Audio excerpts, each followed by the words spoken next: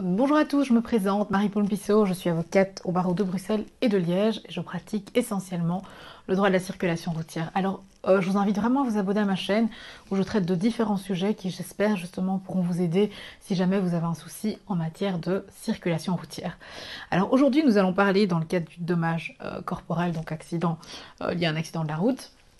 Le médecin justement expert. Alors ce qu'il faut savoir, c'est que ce n'est pas n'importe quel médecin qui peut justement vous consulter pour établir votre dommage. Donc ce n'est pas votre médecin traitant, c'est vraiment un médecin qui est spécialisé justement en dommages corporels. Alors de manière générale, donc soit tout le monde s'entend et on fait ça de manière amiable, soit on va devant le juge et donc on décide justement de s'en remettre au juge qui lui-même désignera un expert. Alors concrètement, comment ça se passe? Alors généralement, l'assurance va vous proposer un médecin conseil.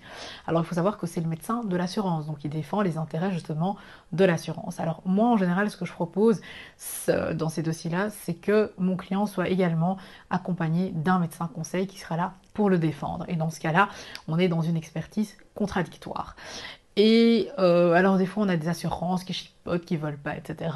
Mais à ce moment-là, il faut leur mettre un petit coup, les menacer en leur disant, bah, écoutez, si vous voulez pas, c'est très simple, on va en justice. Et donc là, ils devront payer et un avocat et l'expert judiciaire qui des fois peut justement coûter plus cher et les délais sont plus longs avec toutes les conséquences qu'il peut y avoir sur le dossier.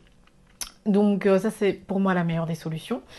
Et voilà, donc comme j'ai dit, il faut vraiment que vous ayez un médecin qui vous accompagne parce qu'il défendra justement vos intérêts, contrairement au médecin conseil de l'assurance qui lui défend les intérêts de l'assurance. Alors moi j'ai eu des dossiers où on avait une grosse différence entre ce que le médecin conseil de l'assurance avait fait et un autre médecin qui a fait une contre-expertise par la suite. On avait une différence, je pense, de 25 000 ou de 30 000 euros, donc c'est pas toujours négligeable. Donc c'est pour ça que c'est important de consulter justement un avocat pour vous aider dans ce cadre-là. Donc voilà un petit peu pour l'expertise médicale dans le cadre d'un dommage corporel. Voilà encore une fois un grand merci pour votre attention et n'hésitez pas à vous abonner à ma chaîne.